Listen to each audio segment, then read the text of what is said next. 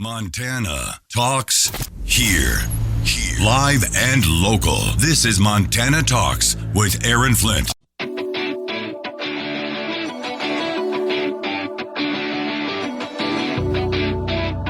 This is where Montana talks. Montana Talks with Aaron Flint.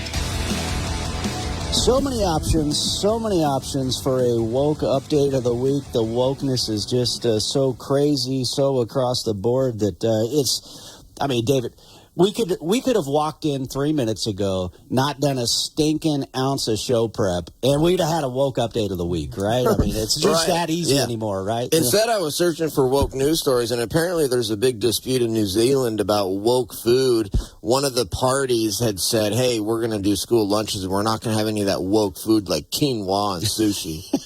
Sushi is woke? I guess. I personally love it, especially that Albertson. I love sushi. Albertson sushi is great. Why? Yeah, how is Albertson or Winco sushi still so good, right? You know? It's great. Man, No, I've loved sushi since I was a kid, man. There's just something about that, but yeah, I wouldn't consider sushi woke. To me, for food to be woke, it's got to be bad food. Right. But where people are like, well, I eat this. Because it'd be stuff that you and I wouldn't want to eat. It'd be bugs. Yeah. You know, lab-grown meat. Lab-grown meat. Quinoa, It's like, I actually like quinoa. I ate a lot of it when I went down to South America. They eat a lot of quinoa down there. Isn't it big in the Mediterranean? Like they put it on some hummus and you gotta right. and the pita bread, right? Yeah. By the way, you missed out, man. Last week after this show, the guys from the Montana Sky restaurant brought up some pita bread. But it tasted like the naan bread kind of, and then they had the lamb meatballs and tzatziki sauce. Oh man, my goodness, that was good. That sounds amazing. That was good. And there's some people that I don't like lamb meat. Well, that's because you've never had good lamb meat. If you have good lamb meat, like you get it from your friends in Sweetgrass County, or there's a cool restaurant in Bozeman that has like lamb eggs Benedict, or like the Montana Sky restaurant, the lamb. I was like, holy cow, that stuff was killer. So I was chowing down. That's fantastic. Not woke food either. Eat lamb. Woke. It's not woke. Right. Right. Yeah. Beef. Same with beef. That's right. Eat beef. It's not woke. It's not woke. It's cool. It's too cool to be woke, frankly.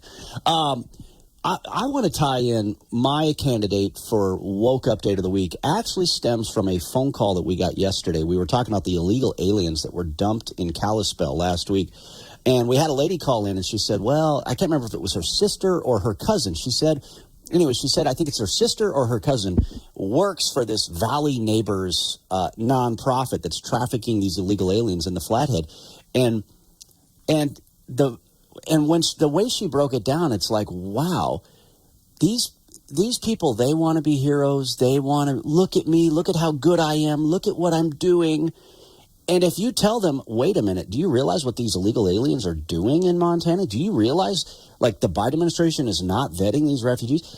They don't want to hear it, David, because they're here to be heroes and take photos with people from other countries to show how great they are. Don't give them information that might conflict with their heroic narrative, David. Which is all fine and dandy until somebody ends up getting raped or murdered. And it's just like those stories you saw out of Europe when Europe was having a migrant crisis between 2015 and 2018 or so, and you had all these Europeans welcoming them in, and then their daughter in the house gets raped or murdered, and they're surprised. Look at what happened in Missoula, Montana. This guy from Afghanistan raped an 18-year-old young woman in Missoula, Montana. Military Matters. Army Staff Sergeant Gordon Black was detained in Russia a week ago after traveling to Russia to see a girlfriend who some suggest may have entrapped him, making him Russia's latest pawn. Staff Sergeant Black is married, has a child in Texas, and met his Russian girlfriend 18 months ago near a U.S. Army base while deployed to South Korea. An infantryman who served in Iraq and Afghanistan, Staff Sergeant Black was supposed to be en route back to Fort Cavazos in Texas at the end of his deployment with the 8th Army. Black's mom, Melody Jones, spoke to Fox's Bill Hemmer from her home in Cheyenne, Wyoming. I said, please don't go. I don't think it's going to end well for you. His Russian girlfriend, Alexandra Vaschuk, has been releasing TikTok videos of Staff Sergeant Black praising President Trump and siding with Russia in Ukraine while criticizing NATO. Black's mother said the Russian girlfriend asked her through Facebook to set up an account and send her money prior to his arrest. For Military Matters at the Pentagon, Jennifer Griffin, Fox News. Here's a look at your real weather for Billings and Bozeman. With considerable cloud cover today and some scattered rain showers mixing with snow in some areas around Bozeman early. High temperature readings otherwise stay from the upper 40s in Bozeman to about 59 in the Billings area. Scattered shower chances early into tonight, followed by low temperature readings at 33 in Bozeman to about 42 in Billings. Then we'll see mainly sunny skies on Friday. This is weatherology meteorologist Paul Trombley. Hey, normally we can't tell you what's coming up on Montana Talks because usually we're talking about the biggest news stories of the day and we're taking your phone calls. Well, we're still taking your phone calls for Thursday's show, but we know what we're talking about. We're talking about the Frontier Institute's Education Freedom Workshop. Kendall Cotton is going to be back in the house with us here on Montana Talks, talking about education freedom in Montana and much more. And we're taking your calls. Montana Talks, the show where you get to talk.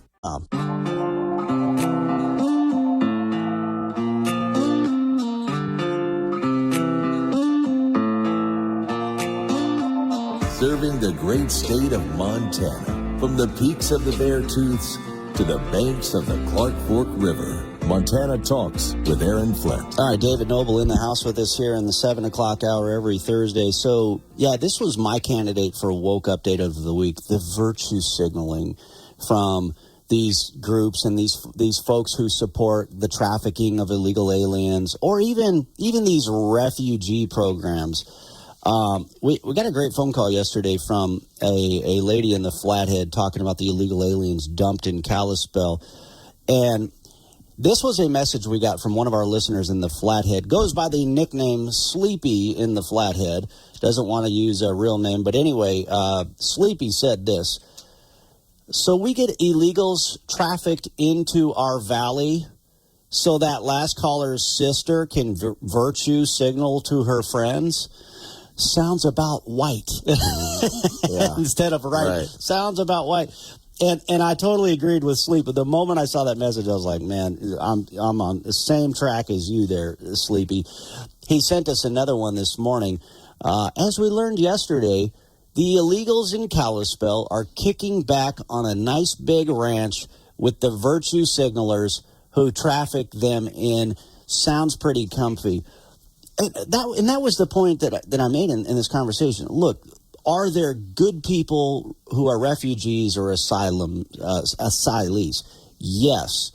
But we know that the Biden administration has totally abandoned the true vetting process. They have brought in people, they give them a refugee button, they give them an asylum button, and then they're bringing all these illegal aliens in. And so are there good people? Yes, but as we saw with the case in Missoula, and we've seen countless, some of the people they brought in from Afghanistan weren't the people that were working with us, weren't our friends over there. They just put everybody on a plane and brought them over and then dumped them all over the country. And then you had an Afghan guy in Missoula rape an 18-year-old young woman in a college town in Montana. And so the point being is that these people, some of them are really good people, and I think their hearts are in the right place. They're a part of these refugee outfits, but this Valley Neighbors openly admitted that they will aid and abet illegal aliens in Montana, people who are violating the law.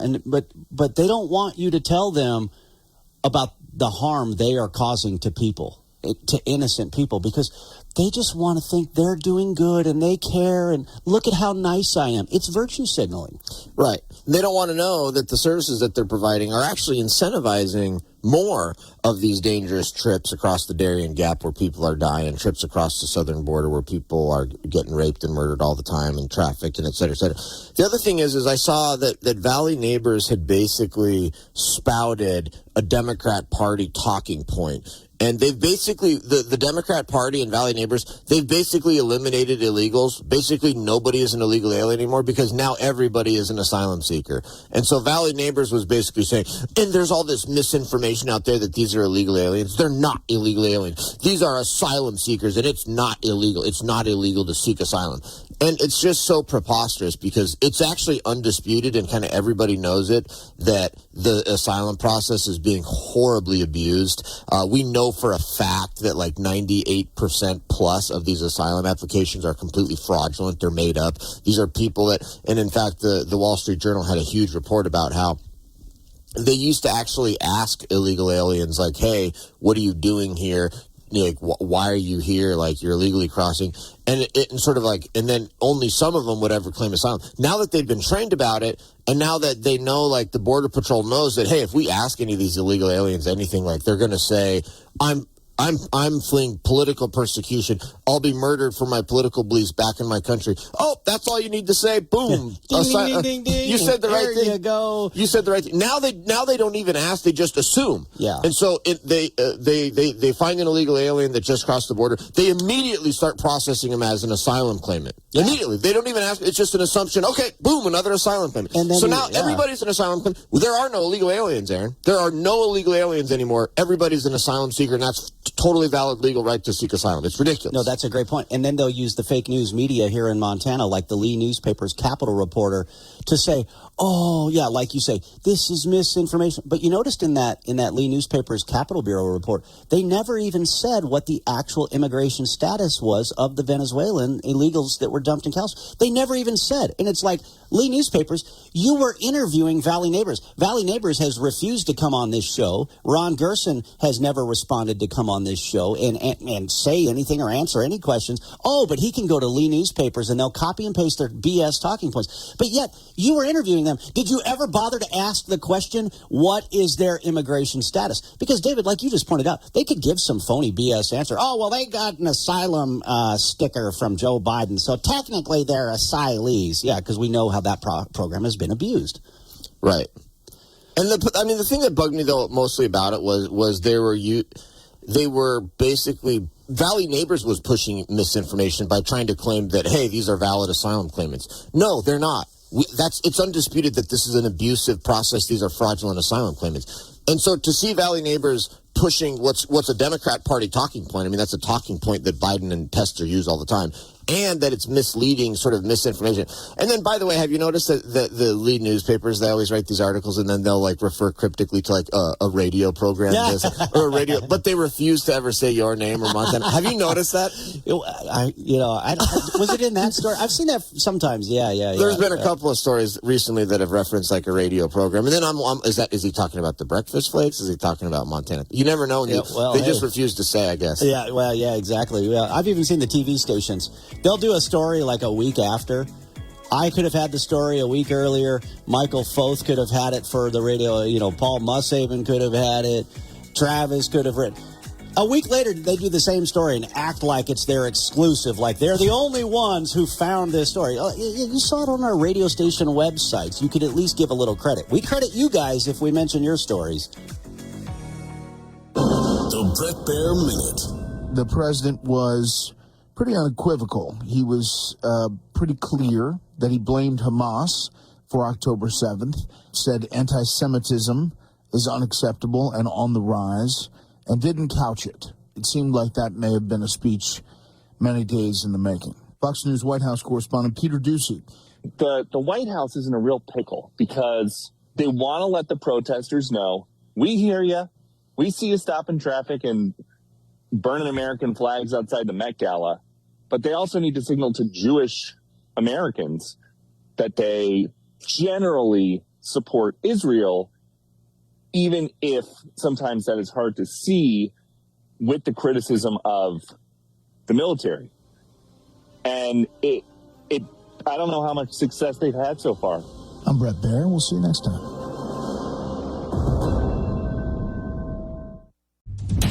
This is where Montana Talks Ag with Lane Nordlund. This winter and spring, the Montana stock growers have been busy traveling the state of Montana, hosting listening sessions, part of their producer profitability initiative, a grassroots movement started by cattle ranchers and led by cattle ranchers who have a vision to create a sustainable future for America's livestock industry. Livestock producers and industry stakeholders have 2 more chances to attend a producer profitability listening session. One of those is this evening in Great Falls at 5 p.m. at Western Livestock Auction. Montana Stock Growers Second Vice President Turk Stovall. we've had over 500 farmers and ranchers come that really represented multiple different organizations. And there are other listening sessions that we really want to invite people to. So just go to mtbeef.org and you can get these other dates. And we really encourage some attendance there. And if you can't make it, please give your comments online. Again, there's a listening session tonight in Great Falls at Western Livestock Auction starting at 5 p.m. And the final listening session will take place in Ronan on Monday, May 13th, starting at 6 p.m. at the Round Butte Women's Club. During the Montana Stock Growers mid-year meeting in Miles City on May 29th, during the general opening session, stock growers will give a listening session update and sharing the priorities and action items that have been developed based on the sessions. I'm Lane Nordlund. Have a great day.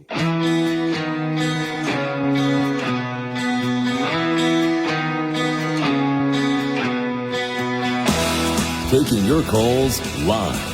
406-294-0970. Montana Talks with Aaron Flint. All right. Like I say, so many woke updates, so little time. It seems like we have all the time in the world on a show like this, but man, the time quickly flies by. David, I think you've got the story that I pulled up from the Daily Wire in front of you. Good. Share this woke update for us. Yeah, this is from the Daily Wire from May 7th. School enlists genderqueer witch to speak to students about dating, survey them about their sexuality. Pennsylvania parents are demanding answers after a genderqueer witch was brought into the school to speak to 14-year-olds about dating, violence, and survey the children on sexual topics. A genderqueer witch was brought into the school. Well, David, if they were going to bring a genderqueer witch to your daughter's school, if you had a kid in a public school, don't you dare say anything about that because you bigot. Right. You anti-witch bigot. Right. Witches aren't bad enough. I'm not a fan of witches, frankly, and I don't like witches, and I don't think it's cool to promote witches and pretend to be a witch and things like that. So then you didn't vote for Hillary in 2016? Oh, come on, take a joke, people. No, the other question I have about this story is I wonder if this genderqueer witch was funded by a federal grant. Oh, probably, right? Yeah. I mean, we pay for for drag queens in Ecuador. I don't know why we wouldn't pay for a genderqueer witch in Pennsylvania. Well, and look, if they're doing this stuff in schools elsewhere across the country, what do you think the Democrats will do if they retake control of the Montana Office of Public Instruction? Right? 100%. If that's why I don't know if you have you gotten to meet Susie Hedlund yet? I haven't yet. She is incredible, man.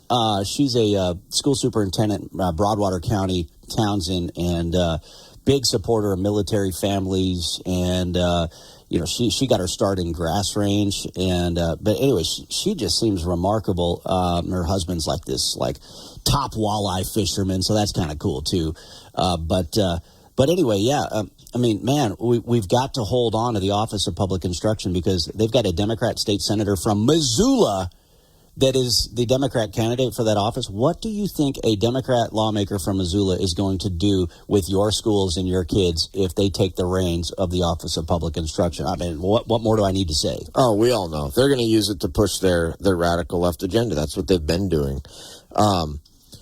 Speaking of, I saw Democrats are really now concerned about the federal or the state government spending. Did you see that on Twitter about how now Democrats are, oh, this is so horrible that these different legislators are wanting to do a poll for a special session. That's going to cost the state government so much money. Even to do the poll is going to cost. I'm like, you Democrats, suddenly you guys care about state government spending. Let me just tell you something, Democrats out there.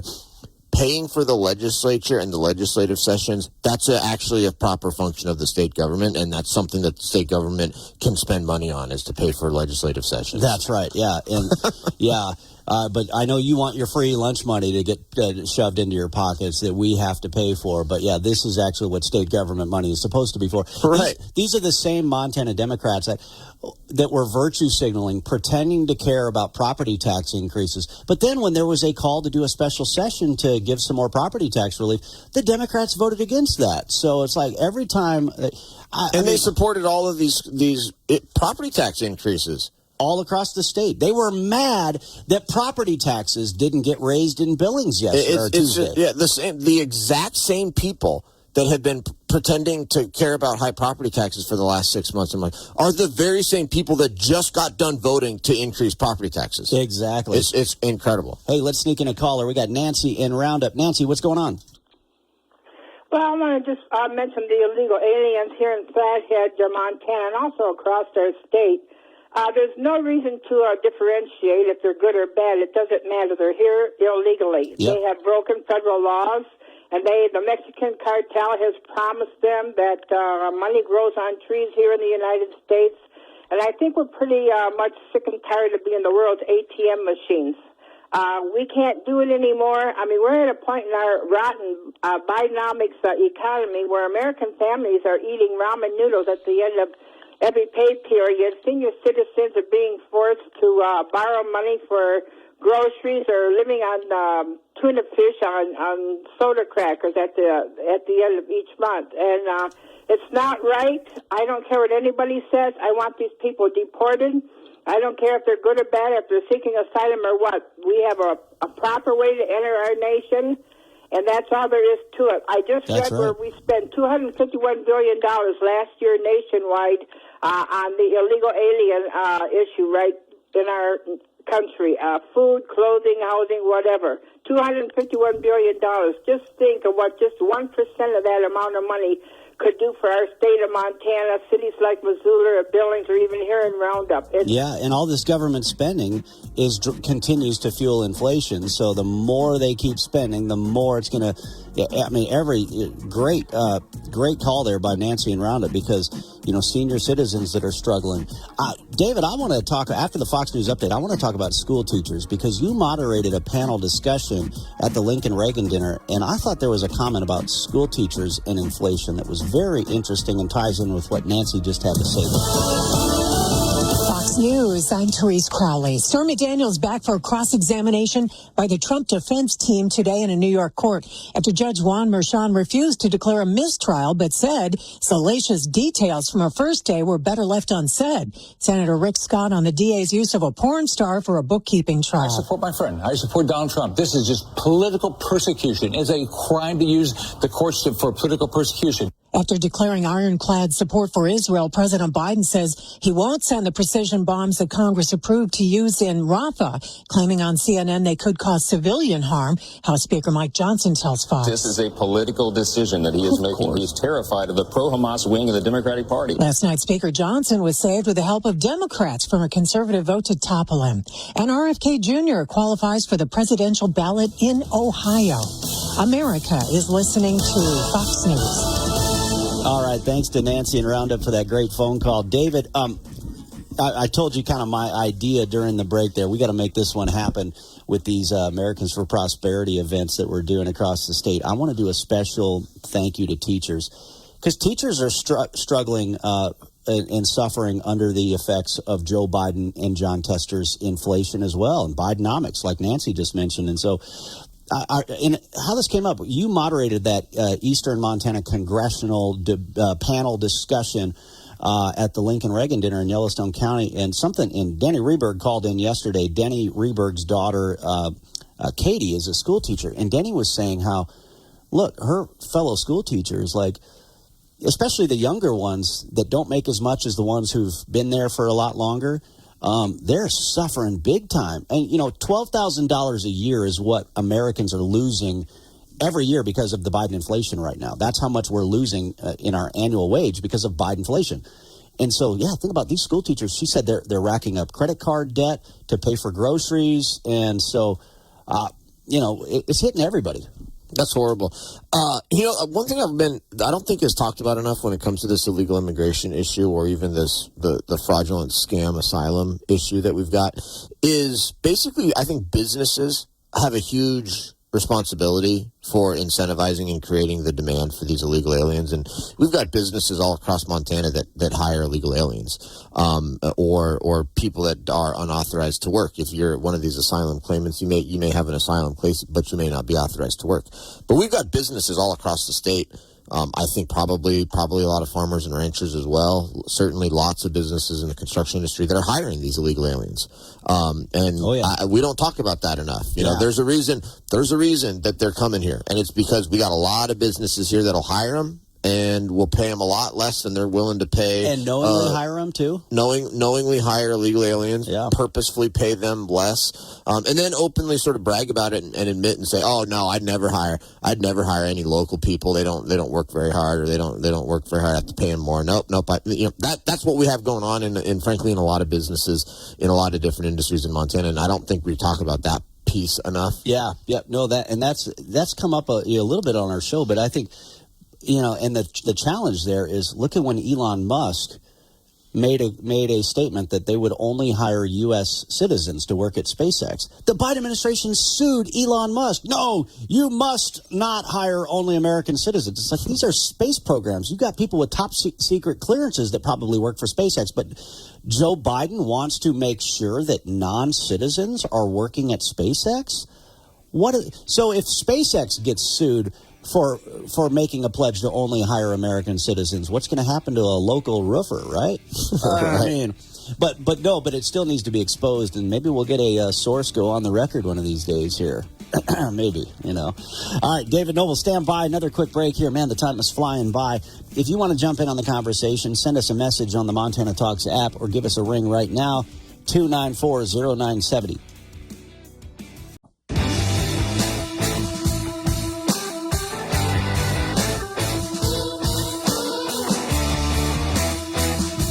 This is where Montana talks. Montana Talks with Aaron Flint. All right, David, I'm looking through the transcript here. I'm trying to find the particular portion of my conversation with Flathead County Sheriff Brian Hano. We got a nice surprise phone call yesterday from the Flathead Sheriff and from the mayor of Kalispell, sounding off on the illegal aliens that were dumped in Kalispell last week, trafficked by the head of the Flathead County Democrats. But anyway, you know what else stood out to me? I put a story on our Montana Talks website featuring the audio of the Flathead Sheriff and the Kalispell Mayor. And as I was, you know how like you're in the middle of a conversation and then afterwards you're like, wait, you go back and listen to it again, or you do a write up for because you're a big Twitch TV streamer and things like that.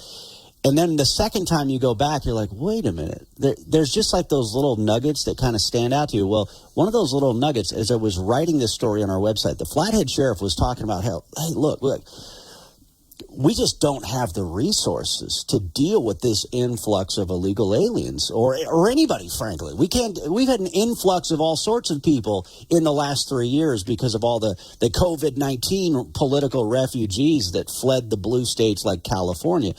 We don't have housing. We don't have the health care resources. We don't have the mental health services. We don't have the homeless services. You name it. But from a law enforcement standpoint, he said,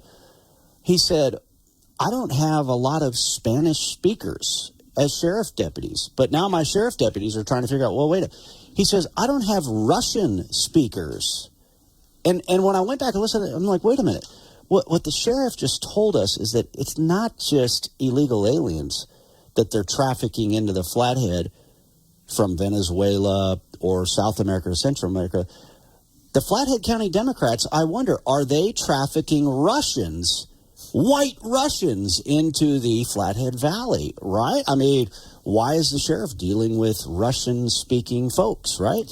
Yeah, I mean, I think that's one of those practical problems that not only is law enforcement having to deal with, but our court systems are having to deal with. Our lawyers are having to deal with this issue where you've got these criminal cases and nobody in the courtroom speaks English, or you've got civil cases where none of the witnesses speak English because depending on the type of case it is, but especially in these criminal cases where the courts and everybody's having to deal with this issue of people not speaking English.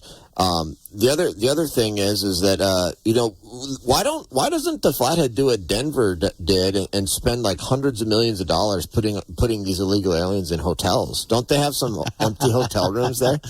Nope. Nope. Well, yeah. Well, I don't know. Depending on the time of the year. And then they could come out like Denver had done and said, "Hey, we're gonna have to do $100 million in cuts to city services to pay for all these hotel rooms for these illegal aliens." Yeah, Denver started. Let me be clear. You're not advocating for that. You're mocking them. You're mocking that. Yeah. Then Denver started firing all sorts of law enforcement personnel to make room for illegal aliens in their budget. And then also remember, there were hospitals in Denver that were being overwhelmed because of all the flood of illegal aliens there, because they, basically became a sanctuary city. David, wasn't it just 3 years ago that we were told that, well, if the hospitals are getting overwhelmed, we have to shut down schools and stop school sports and everything? But if hospitals get overwhelmed by illegal aliens, it's no problem, according to them. It's just amazing to see these Democrat mayors and these Democrat governors actually see the consequences of their own policies. It's just, did you see what the New York governor, Kathy Hochul, said the other day about young black Americans and computers? Have you talked about that? Somebody brought it up briefly. Was it John? Was it the Joker or one of the? I think maybe the Mighty Human Z called in. Somebody brought it up. Yeah. Yeah, she had said that basically, like in New York City, they have a bunch of young black Americans that don't know what a computer is, and then. The lieutenant governor of North Carolina, Mark Robinson, one of the greatest out there. He's like a black pastor. He is. That guy's one of the coolest preachers out there. Yeah. Big fan of his. He put out a video just talking about how absurd that is, and it harkens back to 20 years ago when the Democrats started pushing their idea that African Americans couldn't get a driver's license. They didn't know where the DMV was, and then. There's that viral video where somebody went out somewhere in New York City and was asking a bunch of African Americans, like, "Hey, do you know where the DMV is? Do you have a driver's license?" They're all like, "Yeah, I got my driver's license right here, and DMV's on 10th and 30th or whatever." It was just absurd. I mean, this is insane coming from the Democrat Party. They actually believe this stuff. It's so insulting. Well, yeah, and so Kathy Hochul, black kids don't know what a computer is, and it's like. But again, remember, this is the Democrat Party, the party of sharecropping, the party of slavery, the party of the KKK, the party of Jim Crow, the party of the modern day sharecropping system, which is the welfare state. Right. Yeah, the Democrat Party who thinks that Native Americans are too stupid to get an ID card to vote. Even though they have ID cards when they vote in tribal elections, in most tribal elections, right? They think that the black people are too stupid to figure out how to get an ID card. But again, this is the party of the KKK, the party of segregation. So what do you expect from the Democrat Party? There's a great Babylon Bee headline about Kathy Hochul that I'm trying to track down. But in the meantime, I stumbled across another great one from the Babylon Bee. Target unveils new line of Hamas Intifada wear for children. Would that surprise you?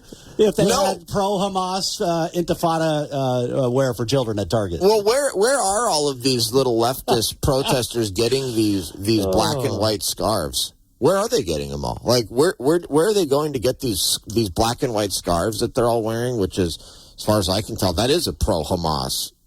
That's scarf. why they're wearing it. Yeah. We know they're being funded by George Soros. That's an obvious one. Rockefeller is funding these organizations, but also Bill Gates. Jeffrey Epstein's Epstein Island travel pal, Bill Gates, has been funding this as well. Alan Dershowitz has said his red line for when he would no longer vote for Joe Biden.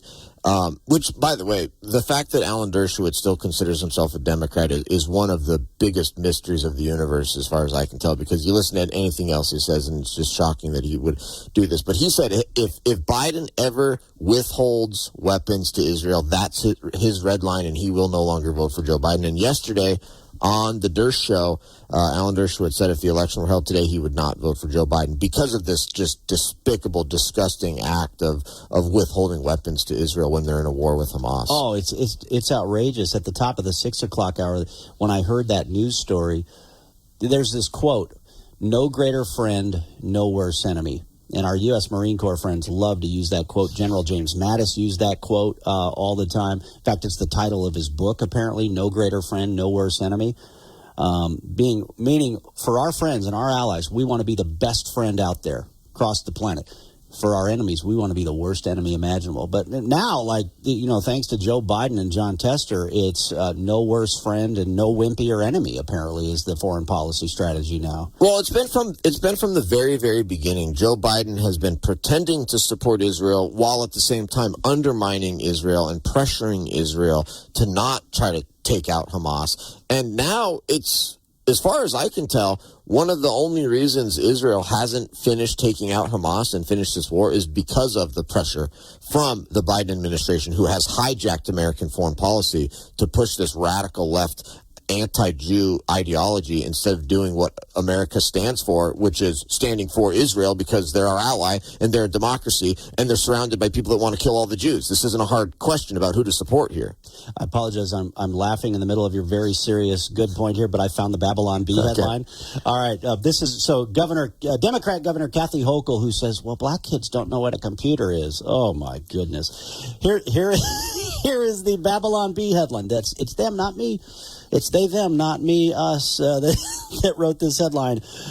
Me teach you white man secret of fire, Governor Hochul says to primitive black children of the Bronx. Oh, my word. That's bad. And it's got Hochul holding up like a little flame, Oh, my goodness.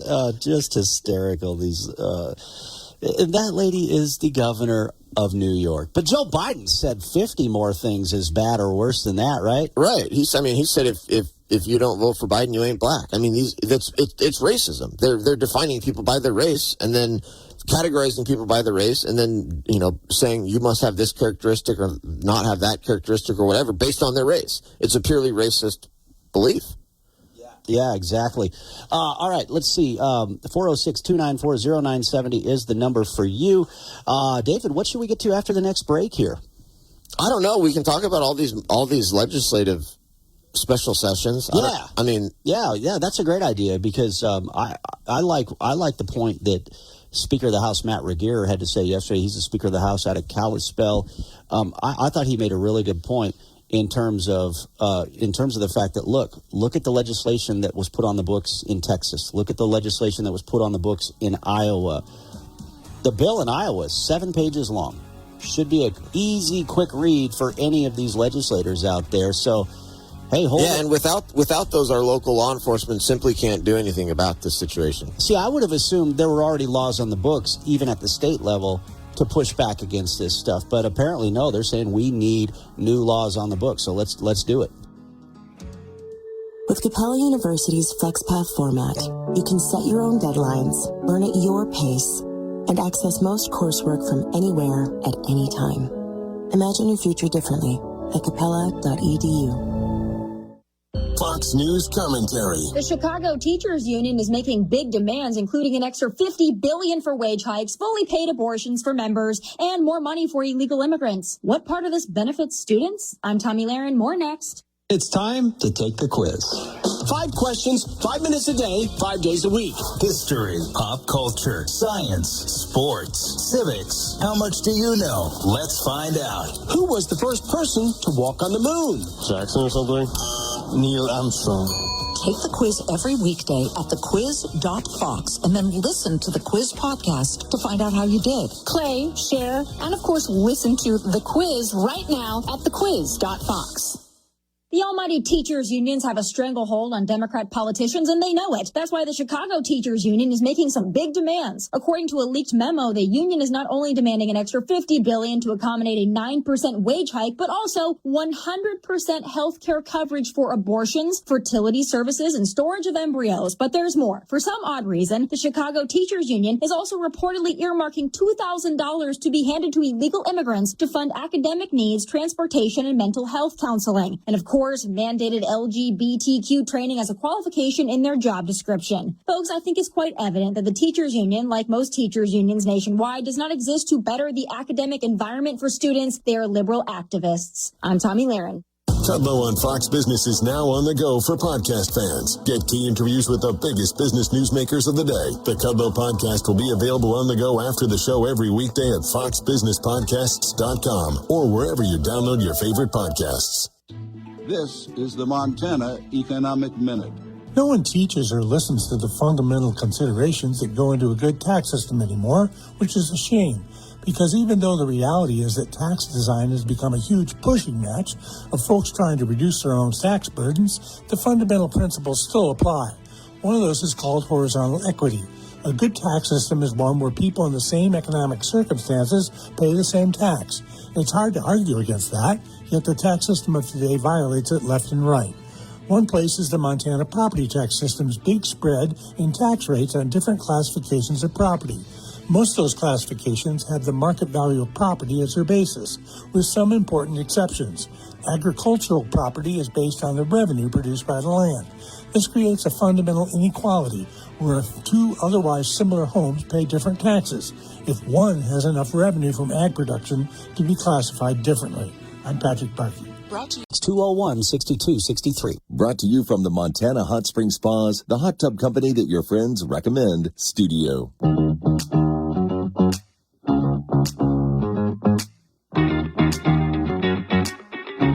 Taking your calls live, 406-294-0970. Montana Talks with Aaron Flint. All right, David Knobel. Yeah, so what do you think about the call for a special session of the legislature? I agree with this, and I feel like some of us mentioned this. I was talking with my friend Greg Franks yesterday, and it's like instead of adjourning when the state Senate adjourned and just ended the legislative session last spring back in 2023, they should have just basically recessed, kept 3 or 4 days in the pocket, and then when they have big things that they need to address, they don't have to call a special session. They just go right back. Well, all right, we're out of recess. See us on Tuesday in Helena, right? And I wish they would have kept that in their back pocket. Can they do that, though? As I understand it, they can. I didn't know that. As I understand it, they can. But either way, it is what it is now. Yeah, why not have a special session to put some new laws on the books? I'm in favor of it. I think it's a great idea. I don't understand. I mean, the only argument against it is, it costs the state government money to run a special session. And it's like, yeah, it does cost the money to run any legislative session, but that's kind of the reason we have a state government and a legislature. So, and to hear Democrats complain about government spending is just it's like when atheists will try to use biblical arguments to attack Christians. One of my pet peeves, Jesse James Mullen has done that recently on Twitter. That guy's a crackpot. Yeah, he was tweeting about how I took away a different lesson than all you other Christians about when Mary and Joseph showed up and there was no space at the end. And it's like, you know what? I long ago decided that, I don't take lectures from atheists and I don't like it when atheists use the Bible to try to attack Christians. It's really just not very, but aside from that, that's way off base what we were talking about. I'm in favor of the special session, not only substantively and on the merits, but I also think it would be good to raise the issue and make Democrats make John Tester defend his open borders and lack of enforcement of illegal immigration. Make him defend that right here in 2024 as we go into November. Make the Democrat Party, make John Tester come into that special legislative session and fight against trying to take action to protect our community and state from this illegal invasion. Except for my one concern is, there's a few concerns, because I agree. Yeah, if Republicans and conservatives could actually unite and take the fight to the other side, call a special session, get these laws on the books, and then wrap it up and get the heck out of there before any other shenanigans take place. But unfortunately, I think what a lot of conservative lawmakers fear is that, we like the idea of a special session, we like the idea of getting these immigration laws on the books, etc. But then But now, once you open up for the special session, you open it up for everything, and you know what some Republicans will do? They'll take it as an advantage to fight their fellow Republicans instead of taking the fight to the other side. Because some of our fellow Republicans and conservatives would rather sit there and toot their own horn than work together and get something done, unfortunately. And then you'd have legislator so-and-so wants to sprinkle fairy dust on public lands. HB 3422. And like, okay, guys, can we just focus on the border here? Well, you're already seeing that with all these different calls for a special session, right? Yeah, and that's what I mentioned that concern to Speaker Reguera. I was like, man, I like what you're doing here, but it's like I'm already seeing like 3 different headlines about, well, I want a special session for this. I want a special session for that. Great. But let's just focus on the biggest concern at hand right now, which is the invasion of illegal aliens. All those other issues are very important. We get it. We got it. But you're not going to tackle it because of fractures within the GOP and the Democrats that will oppose everything anyway. Right. And then on one of the special session had to do with a constitutional amendment to make it so you have to be a citizen to vote. And then the Democrats are, that's already the law. And it's like, oh, tell that to all the bureaucrats. When you ask them if they're enforcing that law, they'll tell you they're not. Yeah. Well, David, these illegals that are, stabbing and raping people, they would never vote illegally. You sense the sarcasm, of course. All right. David, great to see you as always. Stand by.